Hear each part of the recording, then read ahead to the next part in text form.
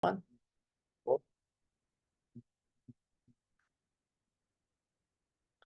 Ahí vimos las definiciones a grandes rasgos, hermanos. No estoy profundizando mucho en alguna definición de las tres herramientas, pero a grandes rasgos, para que sea entendible para todos, la exégesis es el análisis y la extracción del texto bíblico para descubrir lo que quería decir el autor a sus contemporáneos.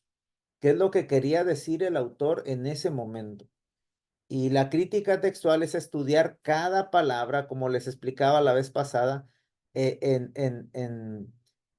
pues extraer la palabra y ver que de tantas traducciones que ha habido a través del tiempo, que sea la misma palabra que utilizaron al principio, ¿no? Y la alta crítica, pues bueno, ahí les mencionaba que en manos mal usadas, la alta crítica puede desfigurar y puede hacer pedazos la Biblia, ¿no?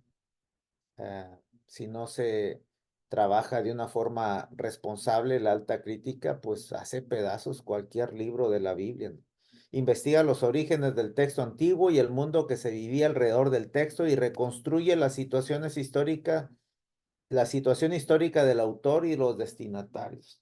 Hermanos, y mencionando un poquito acerca de la alta crítica, pues tenemos que, como nosotros estudiosos de la Biblia, tenemos que recordar que pues nos vamos a enfrentar, hermanos, con bastante oposición, quizá podemos llamarle así, o cuestionamientos pero muy profesionales, ¿verdad? Y es la necesidad de estar bastante adecuados en nuestro estudio bíblico. Alguien que nos topemos por ahí, alguien que tenga algún buen estudio de filosofía y letras, pues nos hace pedazos, ¿no? En cuestión literaria, ¿no? Nos puede hacer bastante añicos, ¿no? Y irse riendo y nosotros quedarnos sentados llorando y lamentándonos, si no tenemos una preocupación por estar estudiando de la forma académica. Vamos a la siguiente, Juan, por favor. Estoy haciendo un breve resumen de la clase pasada. Ok, grandes temas de la teología bíblica es el mensaje central de la Biblia, es el pacto de Dios con los hombres y en este concepto del pacto encontramos el hilo conductor de toda la historia de la salvación. Y aquí hice una comparación, cotejé lo que viene siendo en el Antiguo Testamento y en el Nuevo Testamento, cómo sigue hilvanándose, ¿no? El plan o la revelación salvífica de Dios a través de la historia. En el Antiguo Testamento, el dador del pacto; en el Nuevo, el dador de la salvación. Y así consecutivamente. Vamos a la que sigue, Juan, por favor. La definición de la teología sistemática. Recuerden que estamos viendo las cuatro herramientas que utiliza la teología para poder hacer un estudio o acercarse a la Biblia o algún texto, ¿no? Primero estuvimos viendo ahorita, como vimos, la teología bíblica, sigue la teología sistemática, su definición, y la teología sistemática ve a la revelación como un todo en sí, ¿eh? Puede ser sintetizado en temas también y enseñanzas concretas. La teología sistemática ayuda a formular estudios específicos en su categoría individual y producen una explicación ordenada, racional y coherente de las doctrinas. Más que todo, la teología sistemática, figúrense que como que mira la revelación de Dios como un pan, como un pan, ¿no? Y empieza a ver las formas y en lo que está compuesto ese pan y empieza a agrupar sistemáticamente temas de ese pan, usando como ejemplo un pan, ¿no? Una telera para los sureños, un bolillo para los norteños, un pan francés para los de Monterrey. La teología sistemática es lo que hace al final, formula grupos de estudio y categoriza los temas de lo que viene siendo la revelación de Dios. A la siguiente, Juan. Los grandes temas de la teología sistemática en lo que se ha dividido a través de la historia los estudios sistemáticos de la teología o de la revelación de Dios, mejor dicho, ha sido soteriología. La soteriología estudia todo lo referente a la salvación, al plan de salvación de Dios.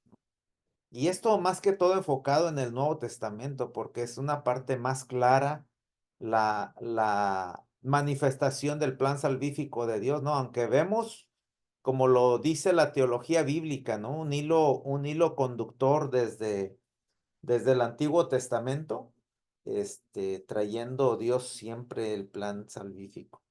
Dicho sea de paso, ¿no? El plan de Dios a través de la historia siempre ha sido salvarnos. ¿De qué? Pues de lo que nos caímos como humanos, ¿no? Otro tema que toca o que ha hecho la teología sistemática es la escatología, que es el estudio igual de los últimos tiempos, igualmente mencionado como en el Nuevo Testamento, ¿no? Que es donde más se concretiza y donde más se enfocan, ¿no? Estos temas escatológicos. También como un tema muy importante son los que vienen, Cristología, el estudio, todo referente a Cristo, ¿no? Como Mesías, como el enviado. La neumatología, ahí le faltó la P, es neumatología, pero ya les he explicado estos escritos medios raros. Neumatología es todo lo referente al Espíritu Santo, un estudio serio, profundo y acerca del Espíritu Santo. La pateriología, el estudio de Dios visto como el Padre, la martiología, el estudio, todo lo referente al pecado, y la antropología bíblica, el estudio de los orígenes de nosotros como humanos. Cada tema de esta teología sistemática, hermanos, cada tema es toda una clase. Me acuerdo que cuando estudié en el seminario allá por el 95, la soteriología nos la llevamos por 3 meses y estudiando distintas perspectivas y puntos de vista y presentaciones del plan salvífico de Dios, no solamente el nuevo, sino también algunos destellos que se pronunciaban en el Antiguo Testamento y de la misma forma en cada uno de estos temas teológicos, pues sí, es bastante profundo, ¿no? Ahorita los podemos mencionar nada más por hacer una síntesis de lo que es la teología sistemática, pero vaya que es profundo, ¿eh? Si usted va a hablar de un tema en específico, ya sabe dónde lo va a situar, ¿no? Quiero hablar acerca del Espíritu Santo, hacer un estudio referente al Espíritu Santo, ¿no? Pues ya sabe que va a tener que abrir un tema sistemático referente al espíritu, ¿no? Que es la neumatología, y ahí empieza a buscar libros referentes a la neumatología de algunos teólogos contemporáneos, otros ya muy pasados en la historia, ¿no? Y ahí empieza a hacer su estudio. No es tan complicado cuando empieza, como dicen los muchachos, ¿no? A agarrarle onda a estos temas, ¿no? De la teología. Usted quiere enfocarse en la teología bíblica, pues ya empieza a hacer algún estudio profundo acerca del hilo o salvífico de Dios a través de la historia. Y pues empieza a hacer algún estudio, va y adquiere algunos libros y empieza a hacer y a estudiar referente. Y vaya que yo les aconsejo eso, ¿eh? Escojan temas para estudiar y termina uno, aunque sea de alguna forma resumida o muy por encimita o puede profundizar en algo, pero vaya haciendo sus buenos estudios, ¿no? Para que tenga herramientas. Ah, yo, con todo respeto a mi persona también, yo no me considero tan receptivo en el estudio. Me cuesta estar estudiando 2, 3 repasos para poder entender y comprender algunos conceptos y más cuando los autores de los libros son bien tremendos. Estábamos platicando un hermano y yo acerca de una materia que estamos tomando y vemos cómo es que algunos autores de libros, hermanos, usan tantas palabras, le echan un rollo con tal de rellenar libros y hacer páginas enormes, ¿no? Y libros gordos que puedan, mira, este libro lo hizo el autor tal, pero es para una palabra cantinflean bastante, ¿no? Y hay libros tan pequeños que traen bastante información y bien entendible.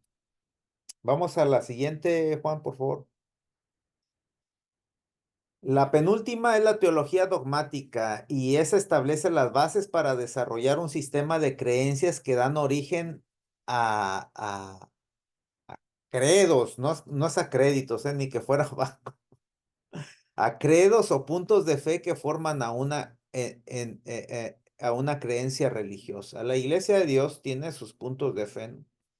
Y de ahí, lógicamente, que hacemos una teología, ¿sí? También se le puede llamar teología histórica, a través de la patrística, a través en lo que se ha metido el cristianismo. ah, Ustedes saben que la Iglesia de Dios tiene una doctrina, una forma de entender la palabra bastante abierta, ¿no? Por eso hay concilios donde ponen en perspectiva los dogmas de la iglesia, los puntos de fe, y son analizados y son revalorados, pero pues tiene uno que tener este tipo de estudio, ¿no? Usted quiere hacer una teología dogmática, quiere profundizar en esto, pues tiene que ir a estudiar todo lo referente a los dogmas, no solamente de la Iglesia de Dios Séptimo Día, ¿no? Tiene que ir a los dogmas de, de, de la Iglesia, del cristianismo a través de la historia, ¿no? Cómo se enfrentó a algunas filosofías, herejías, y cómo las enfrentaron y cómo dieron solución a eso, ¿no? Dicho de otra forma, investiga y ejerce perspectivas y discernimientos aprendidos del pasado, lo que les estoy diciendo, para darnos enseñanzas hoy, tanto de apostasías como los triunfos sobre esas apostasías. Y la última, Juan, no, siguen grandes temas, sí, grandes temas de la teología dogmática. Bueno, en el siglo II fue la apologética del evangelio, ¿no? La apologética les mencionaba que es el hecho de defender la fe, ¿no? Así, a grandes rasgos. En el siglo III, las disputas teológicas sobre la naturaleza de Dios. Siglo V, controversias antropológicas. Ya les dije, la antropología, el estudio acerca de los orígenes del hombre. Siglo VII, controversias cristológicas acerca de Cristo, Jesús como el Mesías, ¿no? Siglo VI, controversias soteriológicas acerca del plan de salvación y así sucesivamente, ¿no? O esas están buenas, ¿eh? Ahorita en el siglo XX, muchas controversias catológicas y en vísperas del siglo XXI, ¿cuáles serán, no? Que tenemos que entrar de alguna forma a defender lo que creemos. Les mencionaba yo sobre bastantes influencias que hay ahorita sobre los muchachos, sobre los jóvenes, tantas nuevas perspectivas acerca de la fe, donde pues son confrontados, ¿no? Y, y pues ahorita hay bastantes corrientes ideológicas, filosóficas, tanto como algunas que ya han estado dando muchos problemas a través de la historia, como nuevas que se están levantando hoy, ¿no?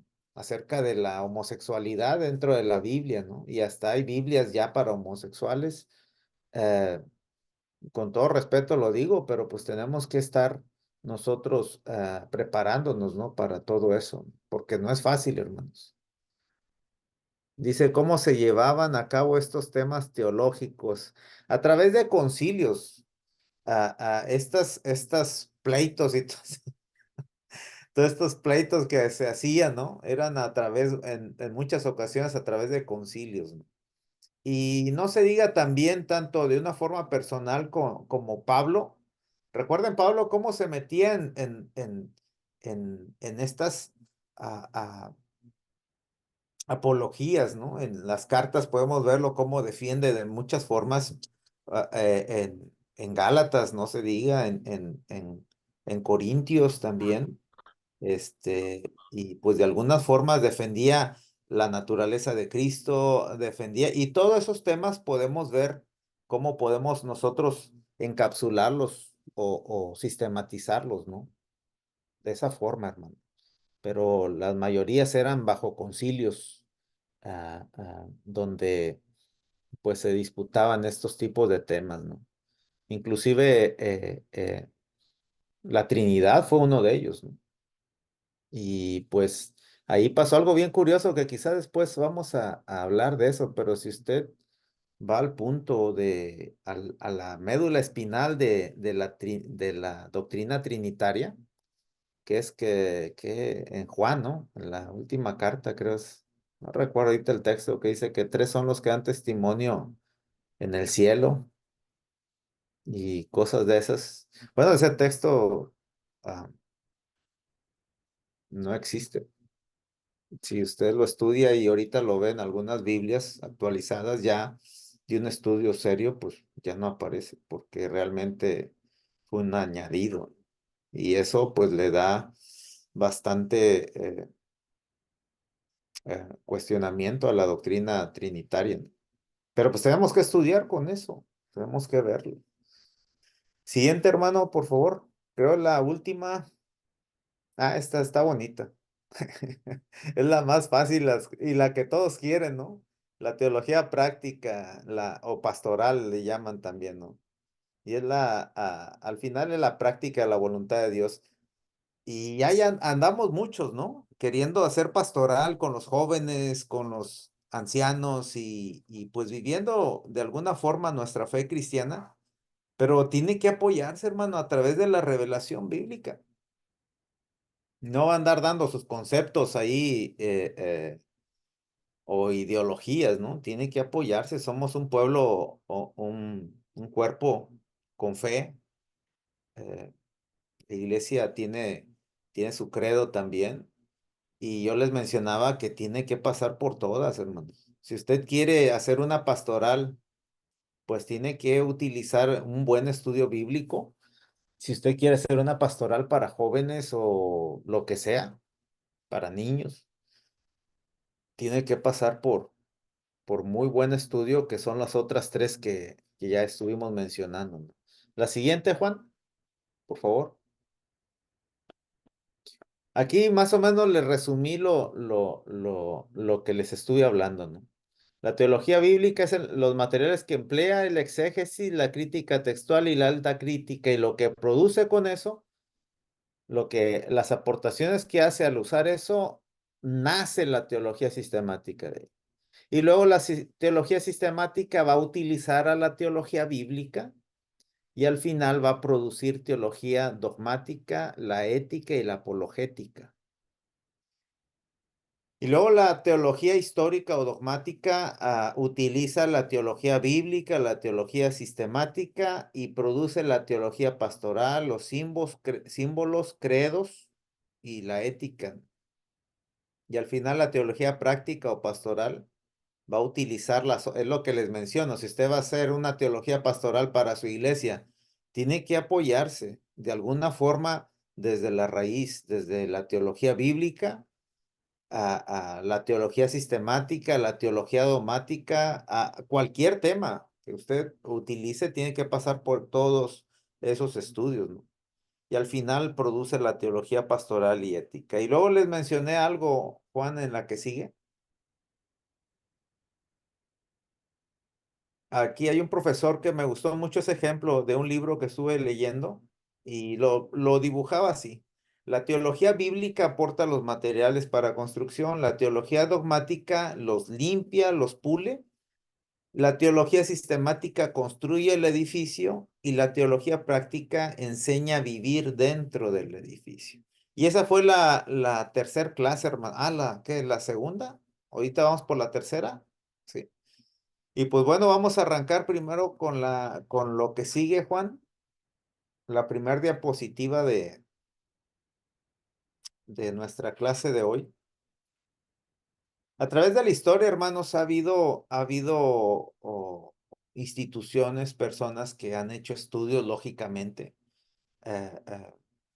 y han formulado sus credos, ¿no? Ah, han utilizado la teología y han hecho teología y al final se ha hecho de verdad que como somos, yo me pongo a pensar como seres humanos, nunca estamos quietos en nuestro pensar. Siempre estamos maquinando, pensando, repensando, si se puede decir. Estamos volviendo a entender las cosas y recapitulando una vez más y viéndolo. Y estamos todo el tiempo así, como seres humanos. Nunca estamos quietos, ¿no? Y lógicamente algunos se agrupan porque tienen distinta perspectiva y acerca de Dios en estos rubros, ¿no? Estos temas. Y a través de la historia han surgido sistemas teológicos grandes, movimientos teológicos grandes, que no voy a hacer mucho hincapié, hermanos, porque es bastante profundo y me falta a mí todavía bastante estudio referente a algunos de estos sistemas teológicos. Me falta manejar un poco más sobre estos temas, pero a lo mejor los más conocidos podemos tocarlos un poquito, ¿no?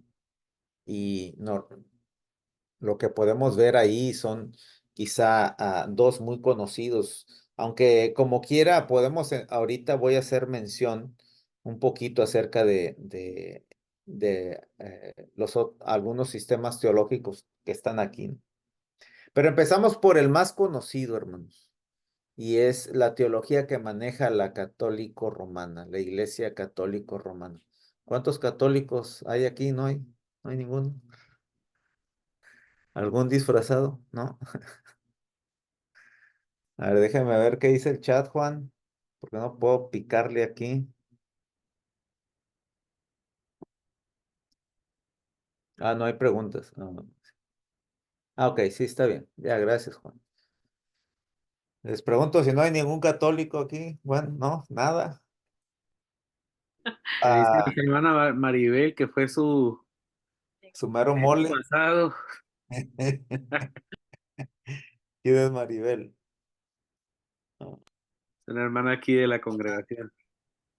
A ver si no nos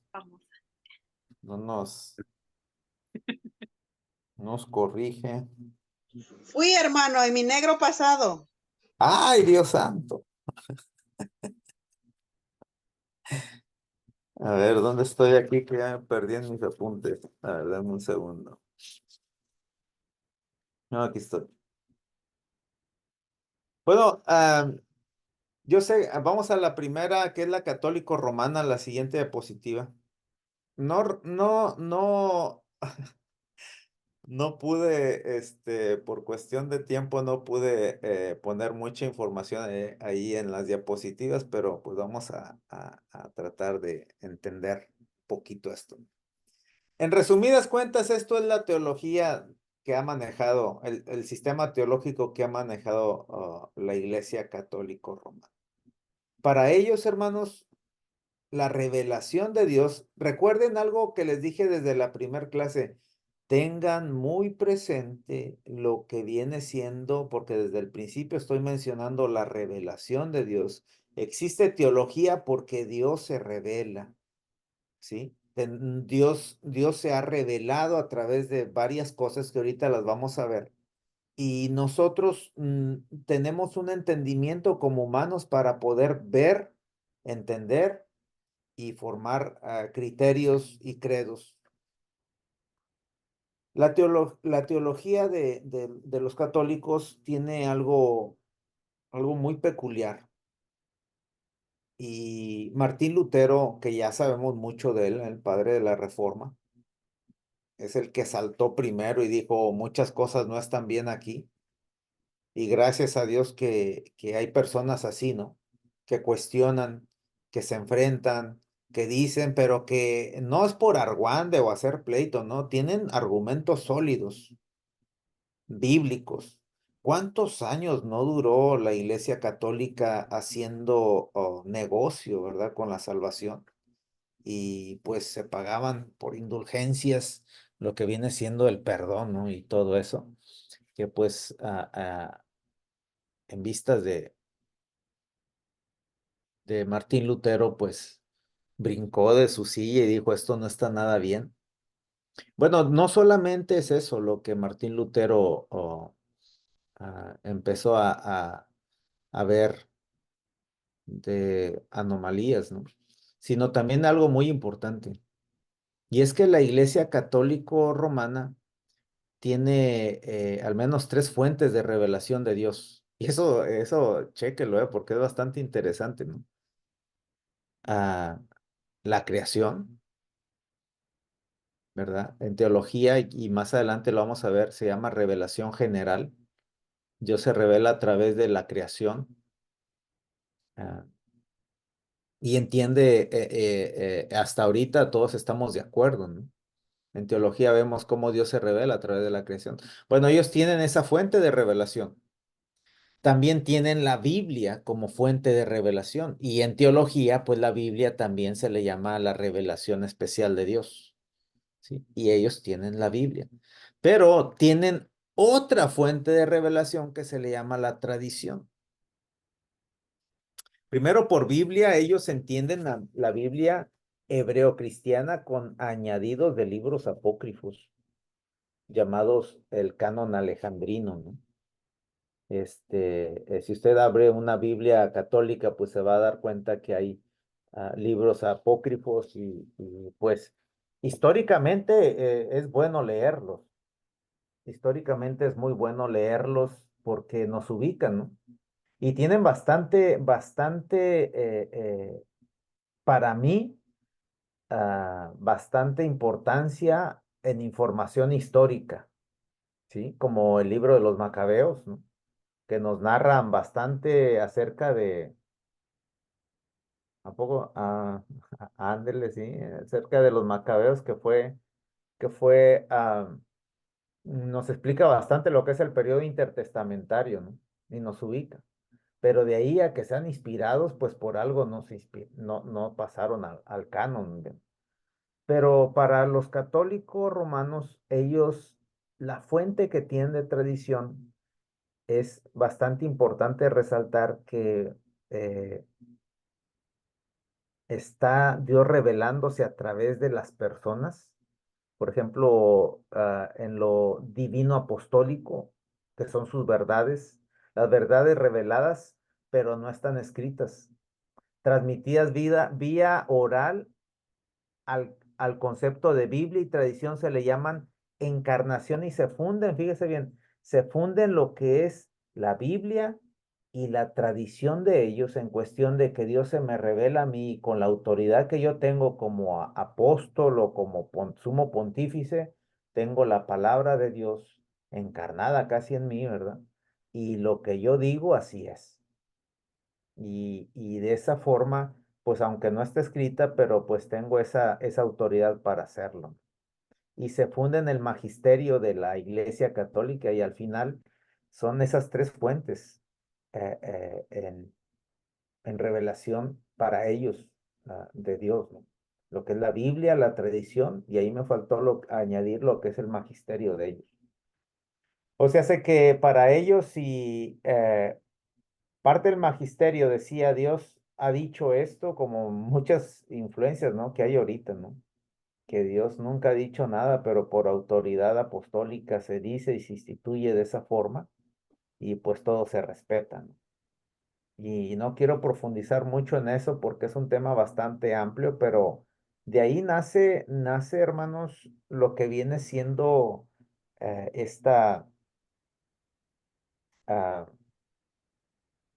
pues inconformidad, no puedo decir inconformidad porque realmente es algo que está incorrecto. Yo creo que de ahí emerge Martín Lutero y dice, bueno, no sé si han escuchado lo que es la sola escritura, donde para Martín Lutero dice, no puede haber otra revelación de Dios. Dios no puede hablar a través de una persona y declarar que esa es la autoridad de Dios a través de esa persona.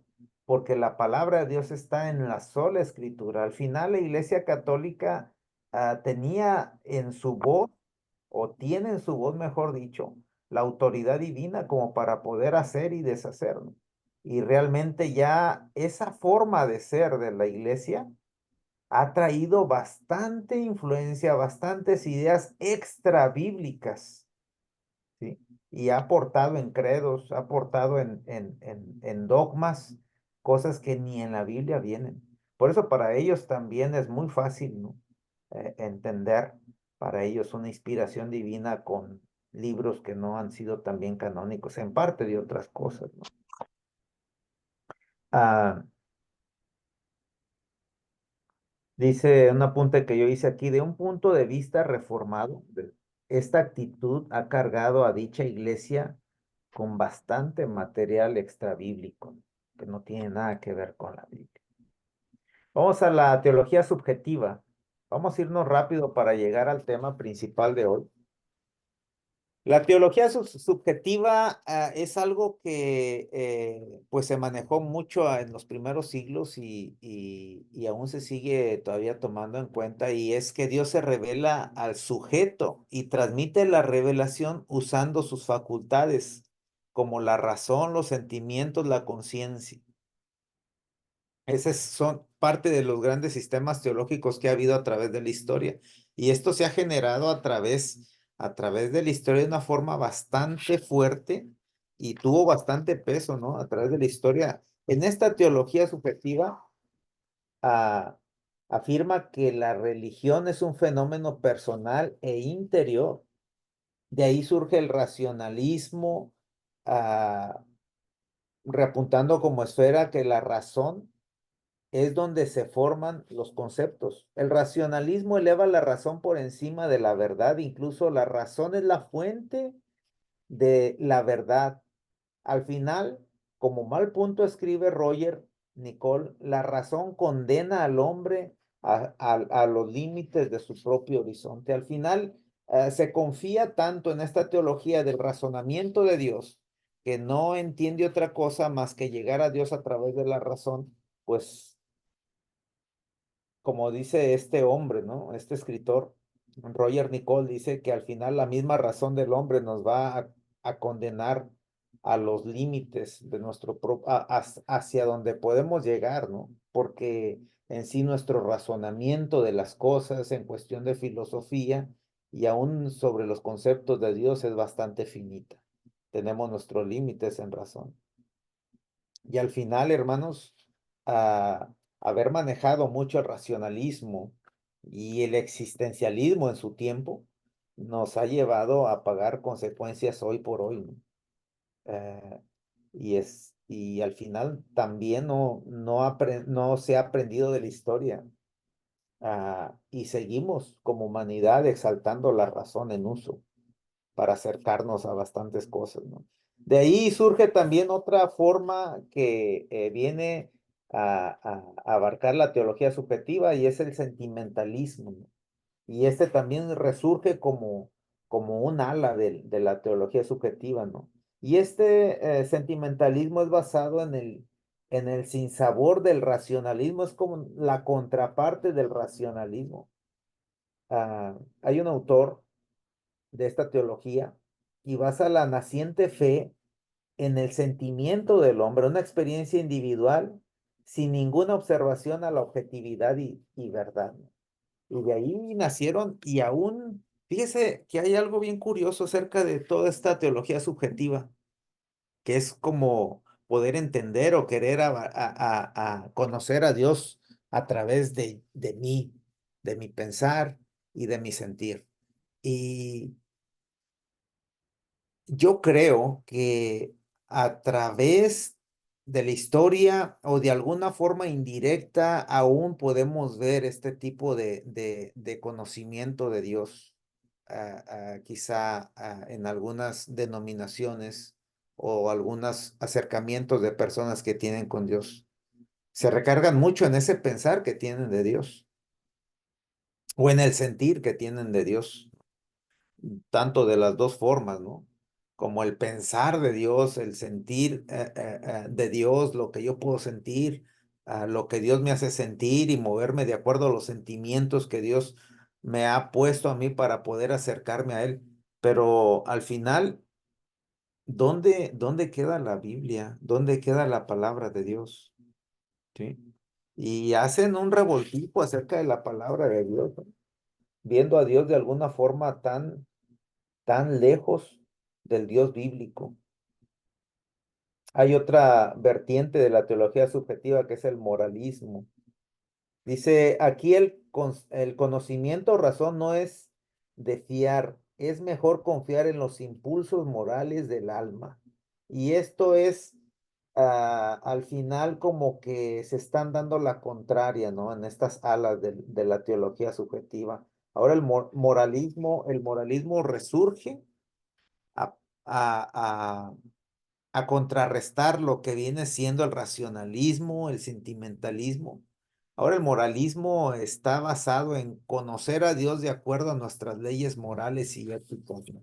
Pero también al final causa estragos, ¿no? Del cómo acercarse a Dios. Vamos a la teología neortodoxia. Esta teología neortodoxia pretende superar el liberalismo teológico al negar que podemos alcanzar a Dios, a conocer a Dios a partir de uno mismo. Es la contraparte, ¿no? Generalmente esta teología pretendió superar al liberalismo. La teología neortodoxia, para ella no existe nada de valor divino que haya hecho el hombre con sus manos. Para esta teología, Dios se revela en la crisis, pero no es más que una influencia existencialista y al final, sin pretenderlo, termina siendo subjetiva. De esta forma, esta teología de lo que yo he estado estudiando, ¿verdad? Porque es bastante compleja la teología neortodoxa, ¿no? Bastante compleja, pero al final es la otra contraparte de lo que viene siendo la teología subjetiva. Es acercarnos a Dios de la forma contraria, ¿no? Lo que nos presenta la otra teología. Y vamos a la teología que yo creo que manejamos nosotros como denominación, y es la teología evangélica. Comenzada en el siglo XVI y comienza al regresar a las bases sólidas de la fe, mostrando obediencia a la voluntad de Dios revelada.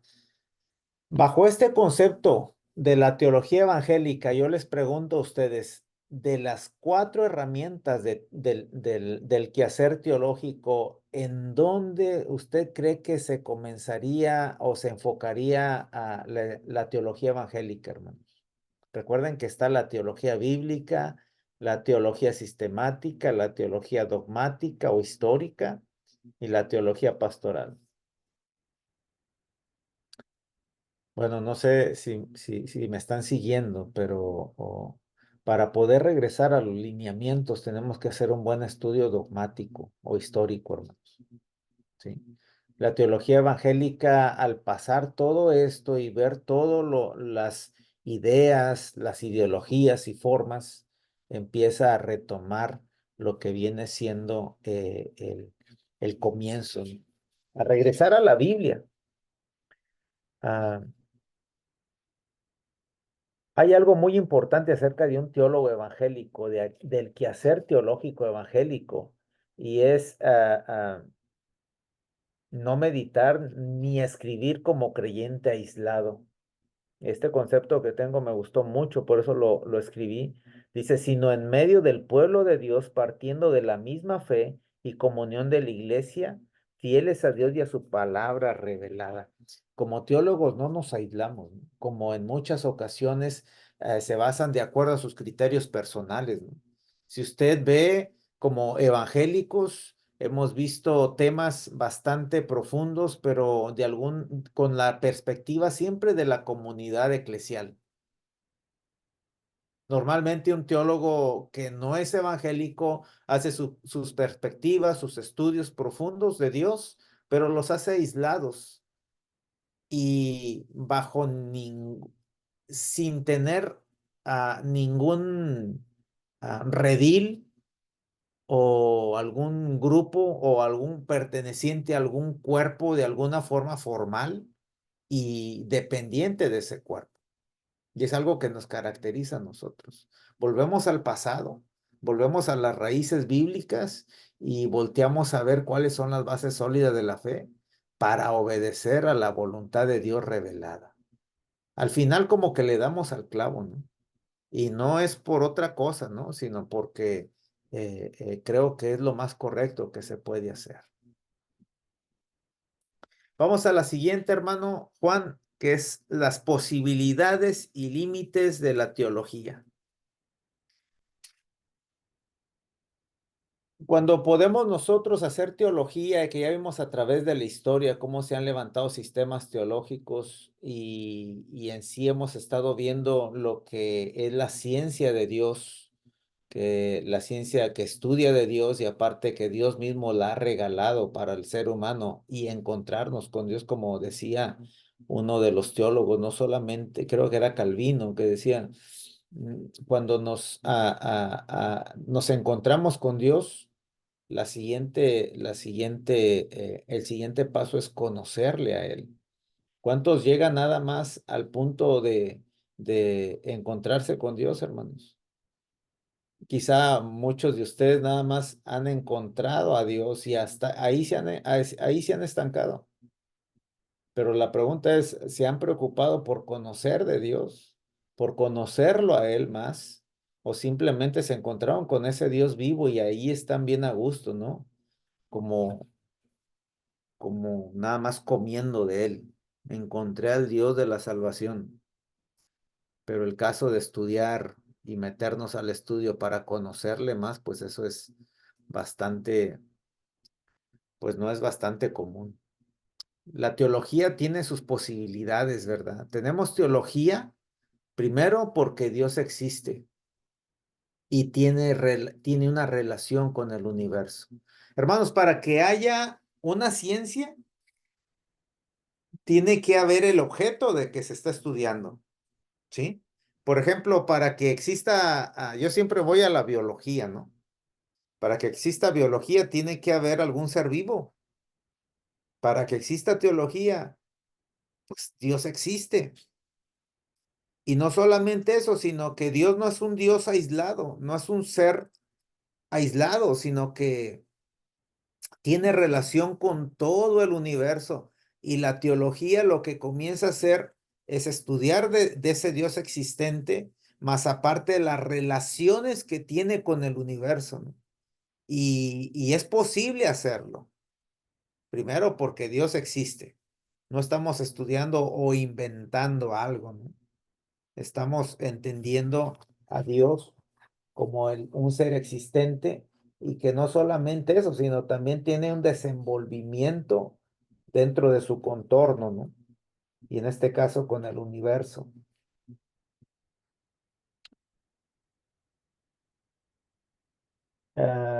Número 2 dice,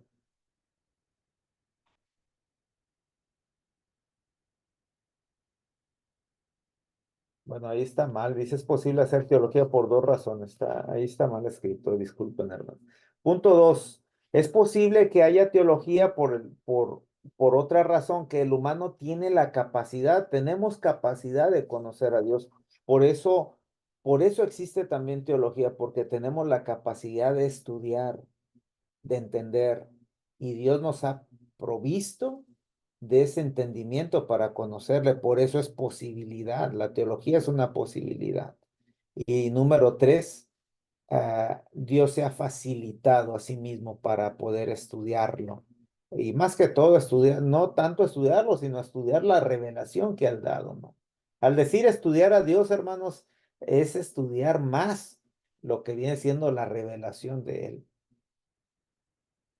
Y luego vamos a los límites. Si quizá nos preguntaríamos, bueno, ¿el estudio o el quehacer teológico tiene sus límites? Claro, claro, claro que tiene sus límites. El primero es que como seres humanos tenemos un entendimiento finito, ¿sí? Nuestro conocimiento, nuestro entendimiento llega a un punto donde pues no da para más. Ahí quedó, ¿no? El número 2, el estado imperfecto de otras ciencias que quizá puedan ayudarnos para hacer un quehacer teológico, ¿no?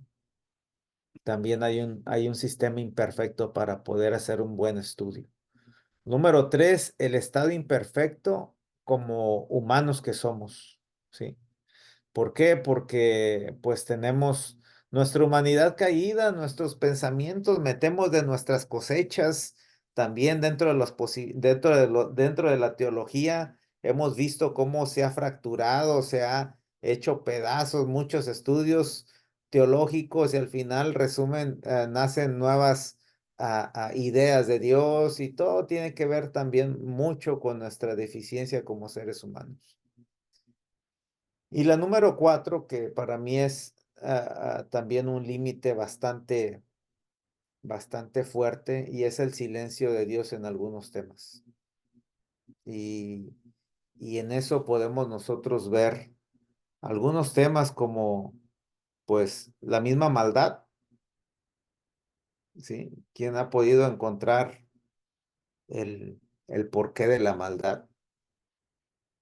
Y ese es un silencio de Dios. Recuerden que el libro de Job es una novela. Es una novela que, bueno, hay un texto que creo que es el más antiguo de todos. Sí, es el canto de Débora, allá en Jueces, ese cántico de Débora, que fue juez del pueblo de Israel. Ese, pues está considerado como el texto bíblico más antiguo de todo. Pero en cuestión de novela, cuestión de libro, Job es el más antiguo. Y tiene ese punto de poder entender el por qué la maldad, el por qué el sufrimiento del ser humano.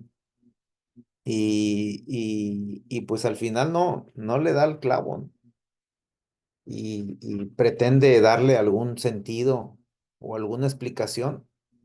Y surge la novela y surge, no novela, no, hermanos, no me van a entender mal, es una cuestión literaria, ¿no?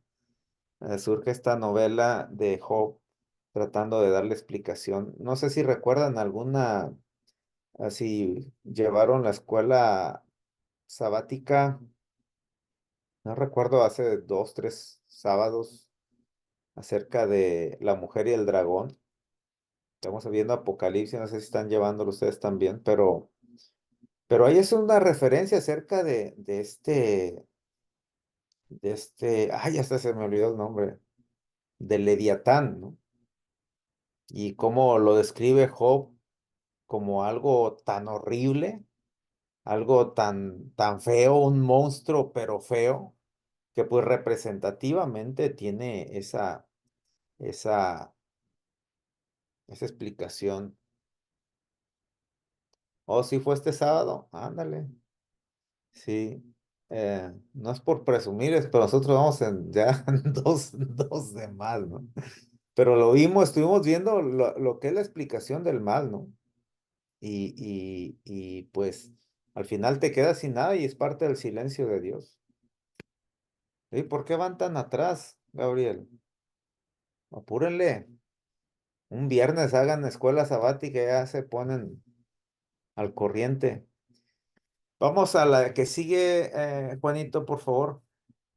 Y con esto voy a terminar una sección, hermanos. Los grandes teólogos de la historia. Aquí va a encontrar usted algunos. Orígenes en el año 218. Él fue el primer teólogo sistemático, ¿eh? Orígenes. Fue el primero a empezar a sistematizar esta ciencia de Dios, ¿no? Hacerlo en agrupaciones. Atanasio, Juan Damasceno del 700, 760, Agustín, el 400, 450. Ellos son personas bastante importantes que lógicamente no voy a hablar de la obra o de sus aportaciones que hicieron cada uno. Simplemente los puse en esta lista para que si en algún momento encuentra usted alguna referencia, o escucha el nombre de Juan Damasceno, pues ya sabe que es uno de los teólogos bastante importantes de la historia. Anselmo, Pedro Lombardo, Tomás de Aquino. La siguiente, Juan, por favor. Y en la Reforma del siglo XVI tenemos a Lutero, Calvino, Zwinglio y Melanchthon. ¿Ya creo son todos, Juan? Ok. Con la última, con la pasada, ahí terminamos una sección bastante importante de lo que es la teología. Y haciendo un resumen, hermanos, podemos ver que esto no podemos nosotros quedarnos nada más con esto, ¿no? Ya les expliqué o pudimos ver lo que es a grandes rasgos la teología, en qué consiste, cuáles son sus herramientas, y hasta ahorita pues fue una idea mía ponerles algunos nombres de teólogos que fueron importantes a través de la historia. Y de aquí en esta clase y la próxima voy a resaltar lo que es la revelación de Dios, que es es la médula espinal de la teología en sí. ¿Sí? Es la médula espinal de la teología y pues de esa revelación es lo que hacemos nosotros teología. Cómo Dios se ha revelado, cómo se ha presentado a sí mismo. Y pues ahora sí vamos a la primera diapositiva, Juan, por favor. Bueno, de eso no. Vamos a la revelación general. Bueno, revelación de Dios. Atrás.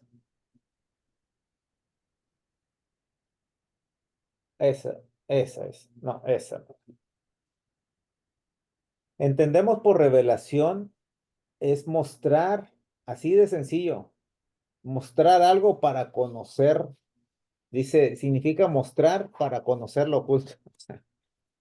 Hermano, disculpe, pero mi hijo me ayuda y como él no escribe tanto español y yo medio ciego, pues hacemos un revoltijo. Pero lo bueno que tenemos bastantes buenos entendidos aquí. La revelación en sí es mostrar algo que está oculto, ¿sí? Sacarlo a flote, sacarlo a la luz. Nuestra fe no se basa en la especulación o filosofías que el humano pueda hacer sobre Dios, ¿sí? Y dicho sea de paso, a través de la historia, pues mucha gente sí ha basado su fe en filosofías y en especulaciones. De verdad que sí. Con esta teología subjetiva se ha hecho un revoltijo en cuestión de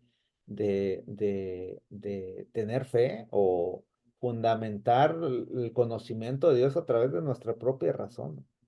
Pero pues al final no. Como seres humanos tenemos nuestro mismo razonamiento, como lo decía este autor, ¿no? Nos condena, nuestra propia razón nos condena a nuestros límites de conocimiento. Nuestra fe se basa en la revelación que Dios mismo ha hecho a través de la historia. En teología podemos hacer distinción de esta revelación de Dios. Mire, antes de entrar a lo que es la revelación general, déjenme explicarles algo. Dios se revela al ser humano, como lo hemos estado hablando bastante, pero lo hemos caracterizado de dos formas. La revelación general y la revelación especial, ¿sí? La revelación general la entendemos como el Dios revelándose a través de la creación o de la naturaleza. Y la revelación especial es Dios revelándose a través de un elemento que es la Biblia. No hay otra revelación de Dios, hermanos. No hay otra con que Dios me dijo. No hay otro. Si alguien viene y le dice a usted, es que Dios me dijo, hágase para un lado, hermanos. Corra, huya. Dios me dijo que me manden $100 cada uno. Uy, hermano, de esa gente, ¿no? No hay revelaciones de Dios, solamente se ha caracterizado en teología dos tipos de revelaciones. Y pues por hoy vamos a entender en estos minutos. Dios me habló anoche. A ver, no he leído esto. Este sábado lo estudiamos en la escuela. Estamos dejando que la iglesia de ustedes vaya adelante en algo. Sé que. ¿Qué le habló Dios, hermana Norma, anoche? Am, Dios habla a través de la Que a naturaleza. mí también me mandaran $100 cada uno, hermano. Oh, sí. Sean obedientes, hermanos. Am, Oiga, qué tremendos videos ve uno, ¿no? De gente así. Y que Dios me ha dicho y que de aquí no sales y que la fe radica en cuánta ofrenda das también y que tienes más fe, das $1,000 y hay gente. Mire, escuchaba a mi maestro, un maestro que tengo en este ministerio pastoral de Atrios y su abuelo le decía, esa gente existe porque hay gente que le cree, por eso existe. Esa gente hay y existen porque hay gente que les cree y sí les da dinero y sí los apoya y ellos crecen más, pero dejen de seguirles y esa gente se acaban. Dios es la fuente de la revelación, de toda la revelación y de toda la verdad. La verdad depende de la revelación divina. Dios, hemos visto hasta ahorita que Dios se ha revelado y es la fuente de su propio ser. Él se ha revelado y busca encontrarse con el hombre a través de la revelación. Dios está bastante dispuesto en que le conozcamos, pero de una forma responsable y a la medida y a la forma que Él nos propone hacerlo. ¿Sí? Eh, él tiene los medios y la forma para hacerlo. Ujú.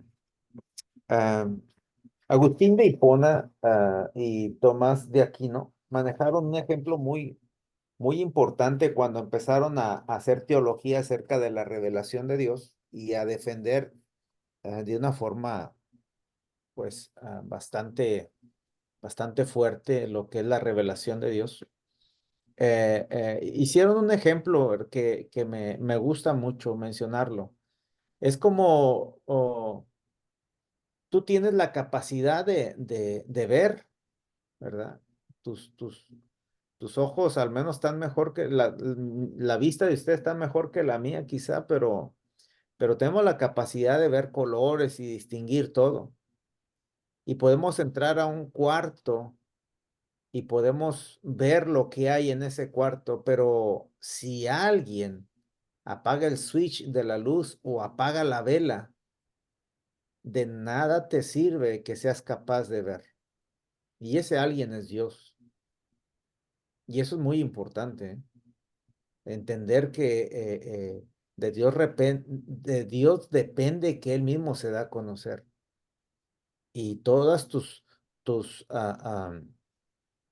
capacidades para verlo, pues se emplean y se hace una mancuerna muy bonita, ¿no?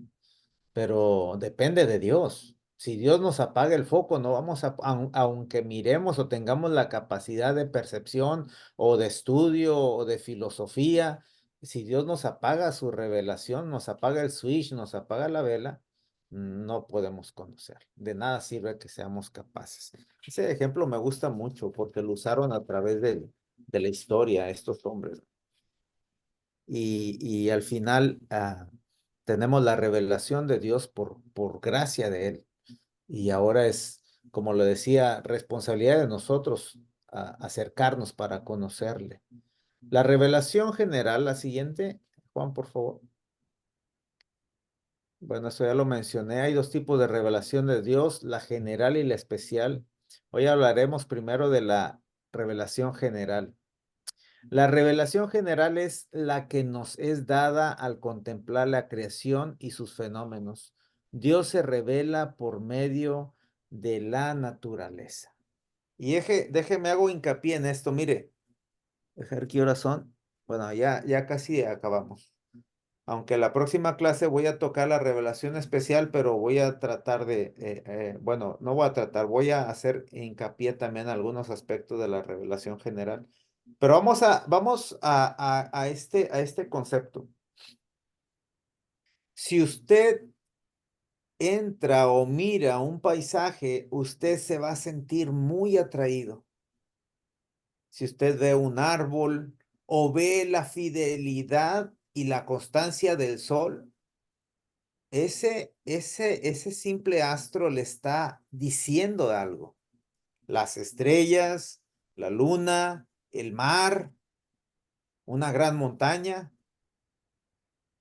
y cada una o aquí como dice, un fenómeno meteorológico, ¿no?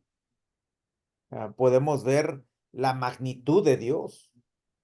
El sol nos predica de Dios.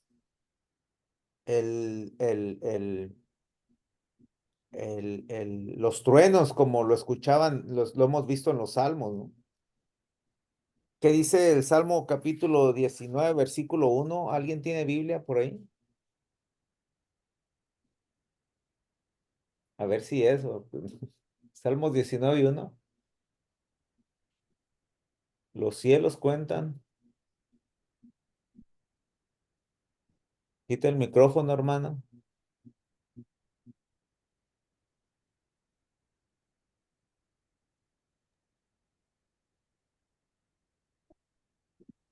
¿19:21?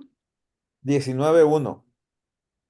Oh, dice así, el cielo proclama la gloria de Dios, de su creación nos habla la bóveda celeste. Sí, ese texto es muy bonito y es una base sólida para ver cómo Dios se revela. Dice, los cielos cuentan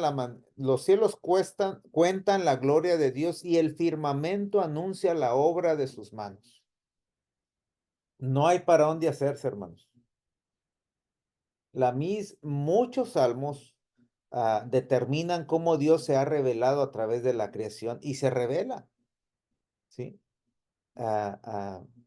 Y se nos muestra, y para el salmista dice, los cielos cuentan a la gloria de Dios. Y es cierto, hermanos, de verdad que yo cuando me toca a mí ver ese cielo tan precioso que Dios me da la oportunidad de verlo, yo le adoro, hermanos, yo adoro a Dios, porque me siento motivado a ello. ¿Sí? Cuando veo un árbol, pero un tronco grande, frondoso, yo adoro a Dios, ¿sí? Porque me siento atraído. Dios me está hablando por medio de eso. Yo no sé lo que le pase a usted, pero créame que siga mi consejo que le voy a dar esta noche. Deje que la creación le predique a Dios, hermanos, como el salmista, ¿no? Deje que la constancia del sol, su fidelidad, su entereza, su potencia, deje que le predique de Dios. Deje que la creación le hable de Dios. ¿Qué es lo que ha pasado a través de la historia, hermanos?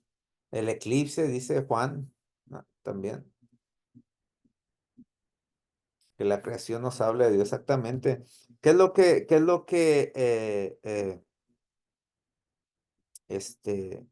hemos visto a través de la historia? Así a grandes rasgos, aunque ahorita lo vamos a tocar o quizá para la próxima, pero se ha dado cuenta que a través de la historia el ser humano ha visto la creación y en lugar de adorar a Dios, adoran a la creación. ¿Qué pasó con los aztecas, con nuestros antepasados, ¿no? Los mayas, y otros pueblos en todos los lugares? Ven al sol y lo que hacen es adorar al sol. Ven la luna y la hacen ídolo también. Porque se sienten atraídos, porque se sienten estimulados, porque Dios ha puesto en todos ese acercamiento, ¿sí? Y de ahí de alguna forma algo que se le llama teología natural, pero ahorita vamos por ello. Primero déjeme termino por qué se le llama general y son por dos razones. Aunque son bastante profundas, yo las tuve que resumir así. Se le dice que es revelación general, una, porque se revela a todos, a todo mundo, en todo lugar, en todo tiempo. Dios se revela a través de la creación a todo ser humano se revela. Ahí no hay excusa de que no, pues conmigo no se reveló. Ahora, ¿y qué tal si una persona carece de, de su vista, ¿no? No puede ver, es ciego. Dios ha puesto en nosotros un sentir de acercamiento, ¿sí? Una gracia común que también puede ser en teología, ¿no? Un tema también bastante interesante. Pero también aún, y cuando está ciego, la persona que carece de esa facultad puede tener dentro de sí una moralidad y una ética para acercarse a Dios o para estar con el prójimo. Y eso es sembrado por Dios. Es una gracia de Dios. Y la otra se le llama general porque es una revelación que no detalla temas en específico. O sea, un árbol no me va a predicar de la salvación de Jesús, ¿no? Simplemente me está hablando de que hay un creador, ¿sí? Una montaña, un sol o lo que usted se le venga a la mente al mencionar la naturaleza, no le va a dar temas en específico para que usted se acerque a Dios. Por eso Dios se revela de una forma general. General es a todo mundo y general es en un tema genérico, ¿sí? No específico. Vamos a la siguiente, que es la teología natural. De esto no me voy a meter mucho, hermano, por eso lo dejé tan pequeño, porque es bastante amplio y necesita bastante tiempo para el entendimiento, pero lo resumí de esta forma.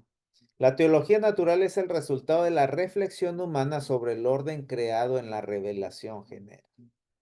Es como cuando el ser humano ve y ve la creación portentosa y empieza a hacer un pensamiento de que hay un Dios, de que esa creación no se hizo sola, de que esa no fue un accidente, sino de que hubo alguien que empezó a diseñar. Y tanto como doctores en medicina, como cualquiera que pueda estudiar a un oculista, por ejemplo, puede ver a través del cuerpo humano, pues que todo está muy bien diseñado, ¿no? Y esta teología natural nos acerca a un conocimiento de Dios. Le va a estar diciendo o lo va a estar puchando a que hay un conocimiento de Dios, pero se le llama natural porque proviene de nosotros, un conocimiento que proviene o nace del ser humano, ¿sí? Es esa atracción de decir, hay un creador, hay un diseñador de todo esto. Y empieza la gente a formar algún conocimiento de ese Dios creador. Y vamos a la que sigue, Juan, por favor. Y este es un texto base para poder hacer,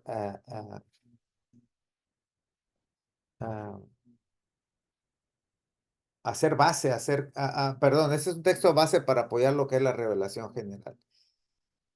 Y este texto es bastante explícito y donde va a girar lo que es la doctrina de la revelación de Dios a través de la creación. Y me gustaría leerlo. No tengo a la mano mi Biblia, pero alguno de ustedes me puede ayudar, por favor. Juan o una hermana, quien sea.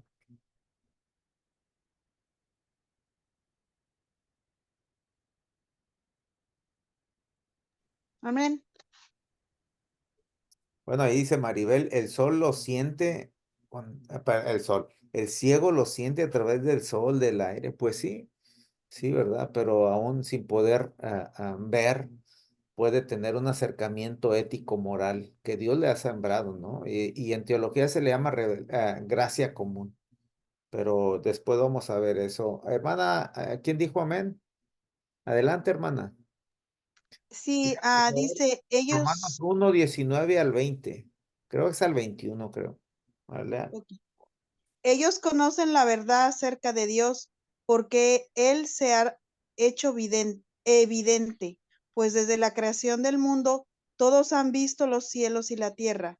Por medio de todo lo que Dios hizo, ellos pueden ver, ah, perdón, con, a simple vista las cualidades invisibles de Dios, su poder eterno y su naturaleza divina.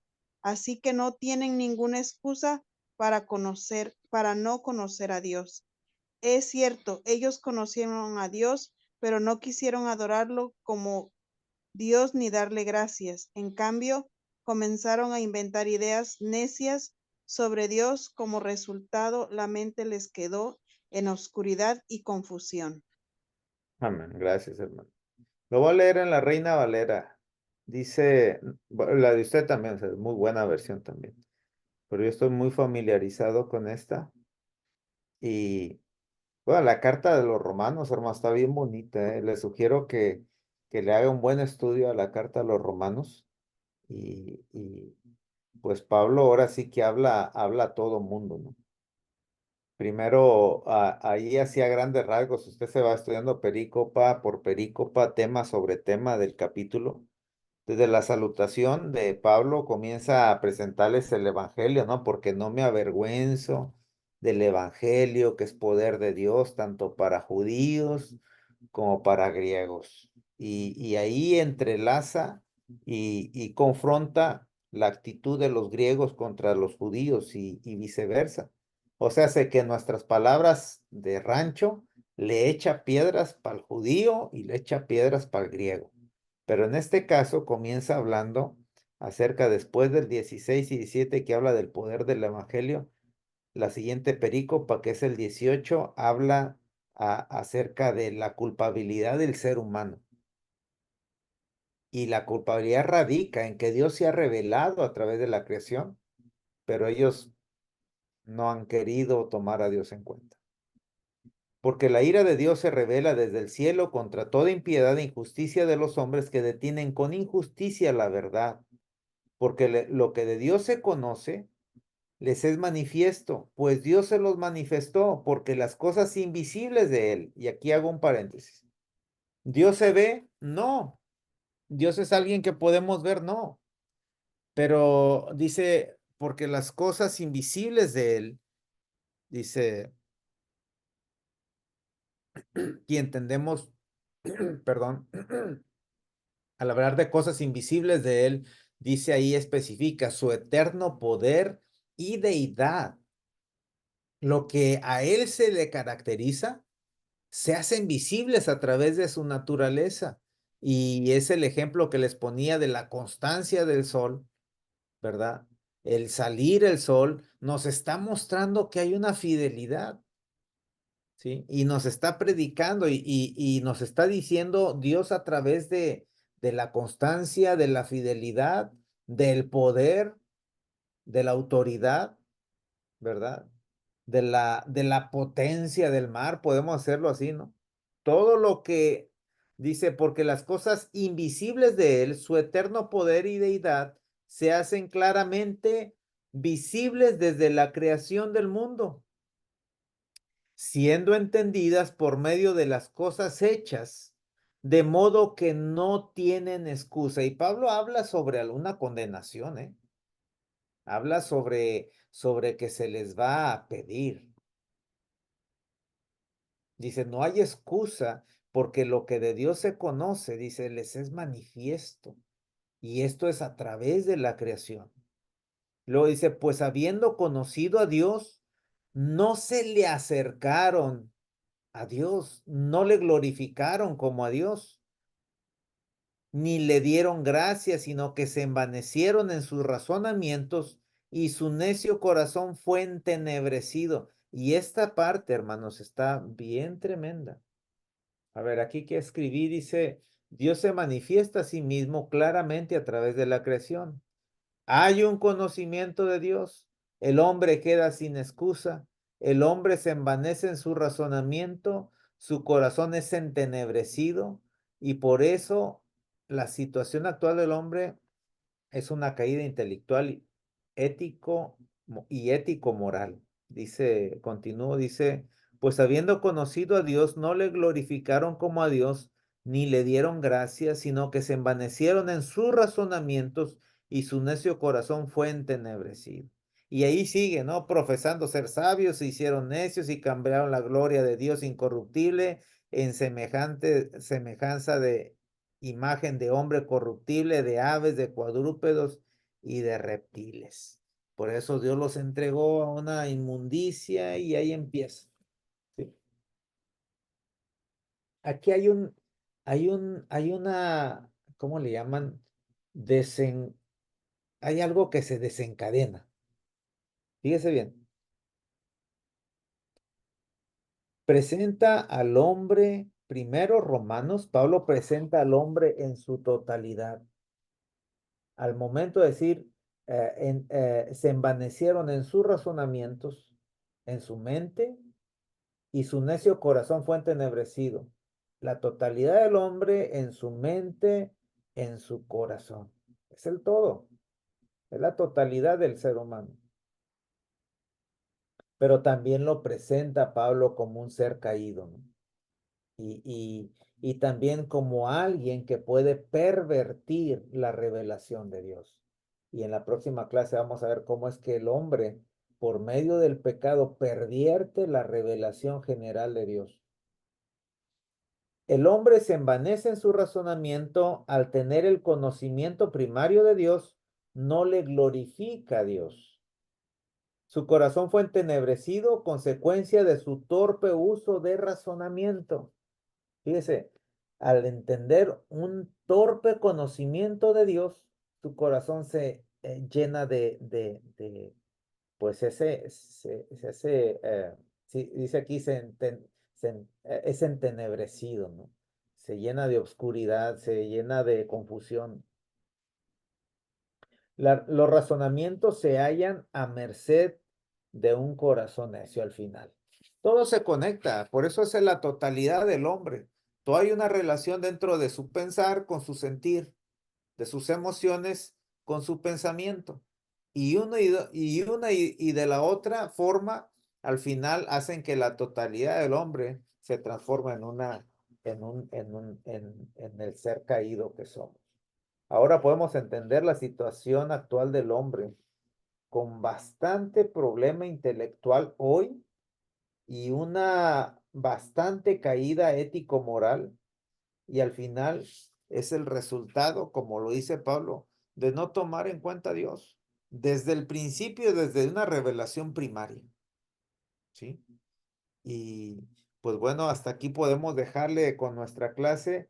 Nuestra última clase vamos a tocar y a terminar lo que viene siendo nuestra estudio acerca de la revelación general de Dios, que es a través de la naturaleza y cómo es que el hombre la ha pervertido, cómo es que el hombre no ha querido, como dice Pablo, y al final Dios lo deja sin excusa, porque Dios, si se muestra, se ha mostrado desde un principio y de distintas formas, ¿sí? Ahora dijéramos nosotros, bueno, pero pues aquellos, cómo le pueden hacer o cómo le van a hacer? Pues aquellos que no tienen Biblia, bueno, tienen de alguna forma la revelación de Dios. De alguna forma, de una forma genérica, la revelación de Dios está con el ser humano. Ha caído, se ha llenado de confusión, han adorado las criaturas antes que al Creador, pero a través del tiempo Dios se ha hecho manifiesto. Hoy en nuestros tiempos tenemos nuestra Biblia y sobre todo lo que vamos a hablar la próxima clase, una revelación dentro de la revelación especial que es la palabra de Dios encarnada en Jesús. Y al final vemos cómo Dios no se ha ocultado para nada, no se ha pues oscurecido en cuestión de que tengamos nosotros algo referente a él, salvo que algunos temas, ¿no? Salvo que algunos temas, como lo hablábamos ahorita, acerca de los límites de la teología. Pero de ahí para allá Dios se ha revelado y de una forma tan especial, primero general y al final de una forma especial, ¿no? Para poder entender esa revelación. A través de la historia hemos visto cómo pueblos, como lo mencionaba anteriormente, pues han dado, en lugar de tener esa conciencia de un creador y al final poder tener el alcance de conocer a Dios de una forma especial, pues no lo han querido tomar en cuenta. Y hoy en nuestra actualidad, yo creo que ese texto base acerca de la revelación general de Dios de Romanos capítulo 1, versículo 19, nos está brindando el por qué estamos nosotros como humanidad así, caídos intelectual y moralmente también. Aquí le dejamos, Juan, y pues la próxima clase terminamos, hermanos, con la revelación especial que es la Biblia y sobre todo la encarnación de la palabra que es Jesús. Pero por hoy aquí le dejamos.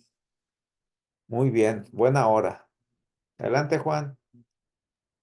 Sí, gracias, hermano Antonio.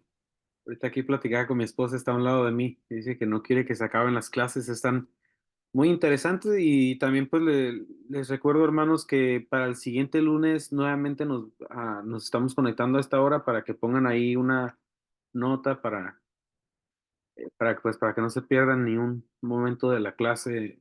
Y no sé si alguien tuviera alguna pregunta o algún comentario para nuestro hermano Antonio.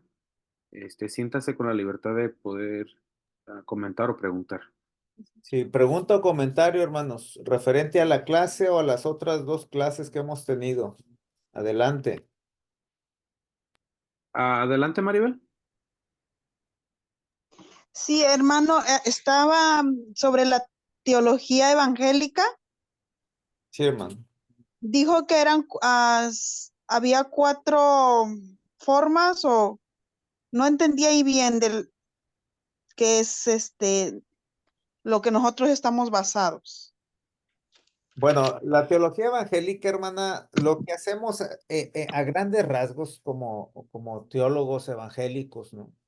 Y como separados de lo que viene siendo un sistema católico caído, ¿no? Que a través de la historia hemos visto cómo, pues, lo exhibió Martín Lutero. Y nosotros como reformados y la teología evangélica, pues nos fuimos al principio, hermano, a la patrística, a nuestras bases como la Biblia como fundamento y no hay otra, ¿verdad? No hay otra revelación. Les vuelvo a mencionar que Martín Lutero no solamente, pues, ah, estuvo en desacuerdo acerca de las indulgencias y el vender la salvación por dinero y por cosas así, ¿no? Sino también estuvo en desacuerdo que el magisterio y la tradición oral de ellos formaran parte de la revelación de Dios. Es como yo decir, bueno, también todos los pastores y ministros y diáconos pueden decir o presentarnos a Dios de acuerdo a sus conjeturas o pensamientos y así podemos con toda la autoridad aceptarlos, pues no, es bastante ilógico, ¿no? Por eso de ahí nace la sola escritura donde Martín Lutero dice que la Biblia es la máxima autoridad por parte de la revelación de Dios. Pero por eso la teología evangélica evoca ya desde el del siglo XVI, evoca lo que viene siendo las bases sólidas de nuestra fe, hermana, y se va al principio de la historia. Y mencionaba yo que como teólogos también hacemos nuestra teología en base y partiendo en base a una comunidad de fe. No somos teólogos o no somos estudiantes aislados, siempre hemos buscado el beneficio de la verdad, de la revelación de Dios para el cuerpo de Cristo. Eso fue lo que mencioné, hermano. Gracias, hermano. Y hermano, ¿alguien más, hermanos? Comentario, pregunta de la clase o de las otras pasadas. Quiero decirles algo muy importante que les dije al principio y se lo vuelvo a reiterar, hermanos. A mí me falta mucho en cuestión de conocimiento y de estudio. No se quede nada más con lo que yo hablo y digo, vayan a buscar, encuentren alguna información también, o sea, no es lo último, la opinión que yo tenga, ¿no? En base a algún tema.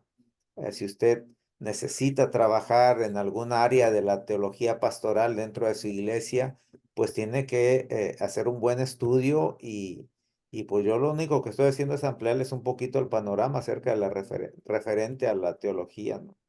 Pero de ahí para allá nos falta a todos. Yo sigo estudiando, hermanas, hermanos, y pues bueno, no se queden con lo que yo les digo.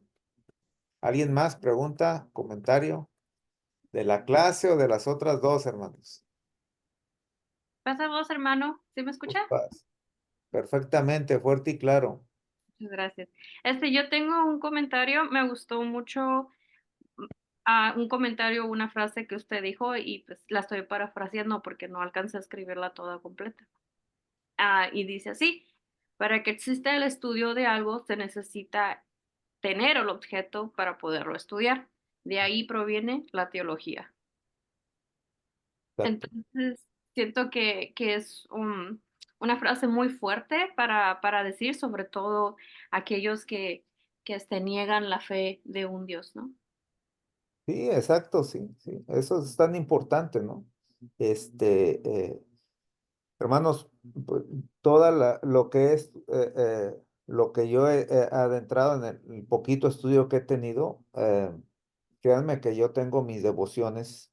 eh, Dios se ha manifestado en mi vida de una forma personal. Yo creo en Dios, soy fiel creyente en Dios y en lo que Él ha dicho, ¿verdad?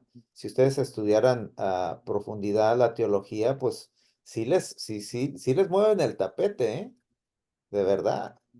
Yo les he dicho a ustedes y les sigo diciendo a todos, la fe es una decisión y tenemos que hacer un buen estudio bíblico porque cualquiera va a venir y nos van a poner una buena arrastrada, ¿no? En muchas cosas. La fe está puesta en Dios. Yo soy creyente en Dios. Yo creo de una forma bastante, estoy bastante convencido de Dios, ¿sí? A pesar de algunas cosas o de lo que puedan decir, ¿verdad? Ah, Textos interpolares que haya, agregados bíblicos, lo que puedan decir. Yo he tenido experiencias con Dios y yo sé que Dios existe y yo sé que Dios se ha revelado y si Dios no existiera, pues no tuviéramos teología, lógicamente, ¿no? Pero Dios se nos ha revelado y yo los animo, hermanos, a tener una fe decidida, ¿verdad? Y vayan a buscar entre los libros que ha originado su fe, como les decía al principio. ¿Alguien más, hermanos? Gracias, hermana Cristi. ¿Alguien más?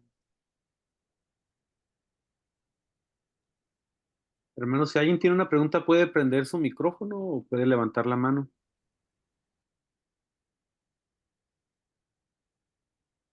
Pues creo que ya están con el pensar de dormir.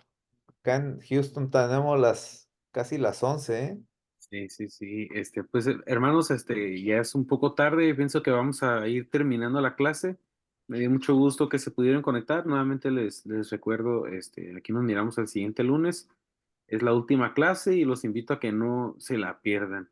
Me gustaría invitar a nuestra hermana Norma Guerrero si nos pudiera despedir en oración. ¿Está disponible? Sí, hermano, sí, sí, claro que sí. Amén, amén. Gracias. Aquí estoy, hermano. Aquí está, aquí estoy sentadita, según yo. Vamos a orar, hermanos, y a despedirnos. Padre Celestial, gracias, Señor. Gracias por tu palabra que tú nos diste a través de nuestro hermano Reina, Señor. Gracias, Padre Celestial, porque no cabe duda, Señor, que creemos en ti y te creemos a ti, Padre Celestial. Tu palabra, Señor, es pura y verdadera, que llena el alma, llena el cuerpo, llena la mente y llena el corazón. Gracias, Padre amado. Gracias, Señor, por cada uno de nuestros hermanos que estuvimos aquí presentes. Y así, Señor, que seas tú llenando nuestras vidas con esta palabra y que no solamente seamos oidores, sino hacedores de ella. Permítenos aprender cada día más y más de ti, Señor, para obedecerte, para poder, Señor, siempre estar a tus pies buscando tu rostro. Gracias por nuestro hermano, bendícele y bendice a cada uno de nuestros hermanos que estamos aquí en la línea.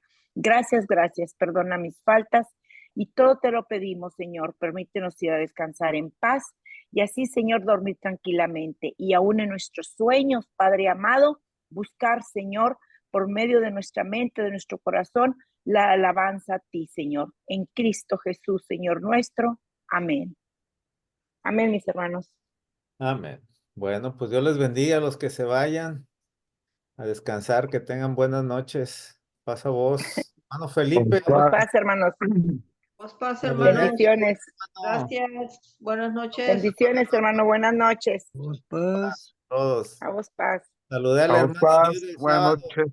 Nos vemos mañana, hermano Reina. Primero Dios. Si Dios quiere, hermana, a las 12. Vamos, paz. Dios primero. Bendiciones, hermanos. Saludos. Paz a Muchas. vos. Les decía a Felipe sí, que saludé a la hermana Eliud Vamos, paz, Mari. el qué sábado. bueno, hermano. Le dije, hermana, mire que conocí a su hermano carnal Sí. y le mandó saludos. Oh, gracias, hermano. Gracias. También a Juan Velázquez lo tuvimos ahí. Estuvo Ah, qué buena bien. la congregación. Qué bueno, hermano. Bueno, pues qué gusto. Un abrazo a todos. Gracias, hermano. Igualmente. Feliz Buena noche. cocina, pasa vos. Pasa vos, Fernando Ortiz. ¿O quién es? Fitz. Buenas noches. Buenas noches, hermanita. Muchos hermanos descansan. Pasa vos. Dios los bendiga. Gracias.